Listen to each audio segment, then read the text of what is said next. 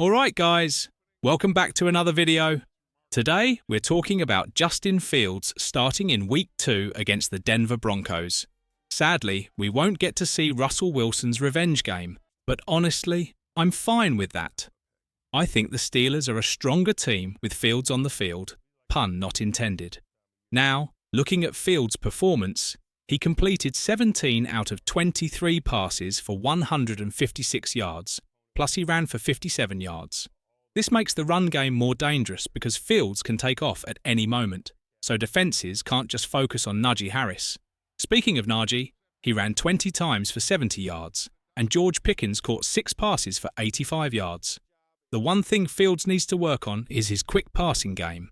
It's never been his strength, but with weapons like Pat Freiermuth and Pickens, the Steelers should get the ball out faster. Pickens is a deep threat, but they need to mix it up more, not just throw deep every time. Now, Atlanta has a solid defense, but I don't think Denver's defense is anything special. Fields will have a good chance to show his skills in Week 2. The Steelers' game plan is simple: run the ball and play tough defense. They scored 18 points, but only allowed 10. The old-school Steelers teams wouldn't even give up field goal chances with that kind of defense. Kenny Pickett and Mitch Trubisky played all right, but Mason Rudolph stepped in and played well in the second half. You can see that the team rallies around Fields. They want to play for him. This was their first game on the road, facing the Atlanta Falcons, a team hyped to win the NFC South and maybe even make a Super Bowl run.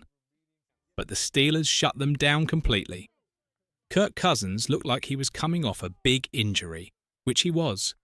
Atlanta's run game was weak, and their receivers didn't do much. TJ Watt was a beast on the defense, and the Steelers made Cousins' life miserable, sacking him twice and picking him off twice. Sure, Fields' stats weren't amazing, 156 passing yards and 57 rushing yards, but he controlled the game. He put the Steelers in a position to score, even though there were some missed opportunities in the red zone. For example, they tried a quarterback sneak that failed, and a big 50-yard play by Pickens was wiped out by a penalty. Those are little things the Steelers can clean up. I like how they're moving Fields around, using bootlegs to get him in better throwing situations. You're not going to ask him to drop back and throw 30, 35 times a game. That's not his style. But if they keep the run game going and let Fields stay in his comfort zone, he'll keep improving. I think Mike Tomlin really likes Justin Fields, and I've been saying all summer that if the Steelers knew Fields would be this affordable, would they have gone after Russell Wilson instead? Russ is more of a quick fix. He holds onto the ball too long and struggles to throw over the middle because of his height. He's only 5'10". Meanwhile, Fields is 6'3" inches and has a lot more upside. Honestly, I've never been a huge fan of Russell Wilson. The Broncos were willing to part with him, leaving $70 million in dead cap space, the most in NFL history. The Seahawks also moved on from him. That's 2 teams in a row letting him go. I believe the Steelers should commit to Fields, not just for the future, but for right now. Fields is only going to improve. Let's be real. This might not even be the worst game Fields plays all season. He'll have some ups and downs, but this was his first game.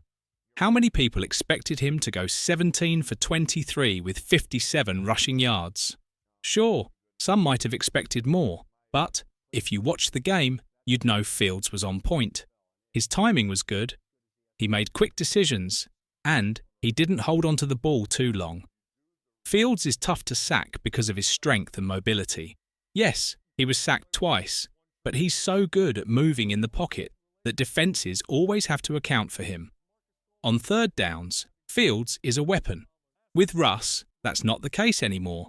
He's not as mobile as he was in Seattle, even though he's one of the best rushing quarterbacks in NFL history. Russ is 35 now, and he just can't move like he used to. Look at what the Steelers did in this game. They ran the ball 41 times for 137 yards.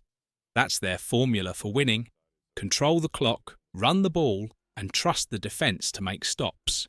When needed, they'll let Fields make plays because they know he can. He's got the arm, the legs, And he's got George Pickens, who's almost impossible to cover. If teams double-team Pickens, it opens up opportunities for other guys like Pat Frymouth, Calvin Austin, and Ben Jefferson. The Steelers' offense isn't perfect, but it doesn't have to be. That's the power of having an elite defense. Just look at the Chiefs last season. They gave up fewer than 16 points per game in the playoffs. And even when their offense wasn't firing on all cylinders, they kept winning games because of their defense. Now, I'm not saying the Steelers' offense is like the Chiefs, but Fields showed confidence in his first game. He's only going to get better. If the Steelers were to go back to Russ, we'd probably see the same old issues: holding on to the ball, taking sacks, and not making plays. Russ just isn't the same player he used to be. Russ just doesn't have it anymore. He's lost it in both his arm and his legs. And honestly, I'm over him. The Broncos were willing to take all that dead cap space just to let Russ go. He signed with the Steelers for practically nothing, and now he's saying he wants to play for 5 more years. But I don't see how you can win with Russ in today's NFL. If anyone knows this, it's Sean Payton. He was the one who wanted Russ gone. He chose to move on and go with a rookie, Bo Nix. And before that, in Seattle, they went with Geno Smith, who had a career year and led the Seahawks to the playoffs. So I don't really understand what Steelers fans expect from Russ. Maybe they're hoping for some stability or veteran leadership. But Fields has already shown in Week 1 that he can help win games, which is something the Steelers haven't had in a long time. The Steelers haven't had a mobile quarterback like Fields before. Ben Roethlisberger wasn't mobile, and while Kenny Pickett was athletic, he didn't have the kind of legs Fields has. With Fields, if the Steelers trust him, develop him, and build their offense around him, they could do some big things. The AFC North looks wide open right now. The Steelers have always played well against the Ravens, so they don't need to worry too much about them. As for the Browns, I've never been high on them because I don't trust Deshaun Watson. The Bengals always start slow, though I think they'll bounce back. But the Steelers can win this division, especially with their defense playing at such a high level. If Fields keeps improving, and this game is his baseline, 57 rushing yards, 156 passing yards, and 17 for 23, that's a great sign for the rest of the season. Now, I apologise if I'm repeating myself. My recording software cut out, so I'm not sure what you guys missed. But looking ahead, the Steelers are heading to Denver for Week 2. Then, they've got the Chargers at home in Week 3, the Colts in Week 4, and the Cowboys in Week 5. Week 6 is against the Raiders, and Week 7 is against the Jets, followed by the Giants in Week 8. It's only Week 1, so we don't want to overreact, but the Broncos didn't look great. The Chargers won, but they weren't super impressive either. Dallas had a nice road win against the Browns. The Colts looked okay, but the Raiders, Jets, and Giants all struggled. If the Steelers can start strong, especially with their defense playing so well, they've got a chance to do something special this season. With the way they're playing, I don't see any of these teams being able to move the ball on them easily.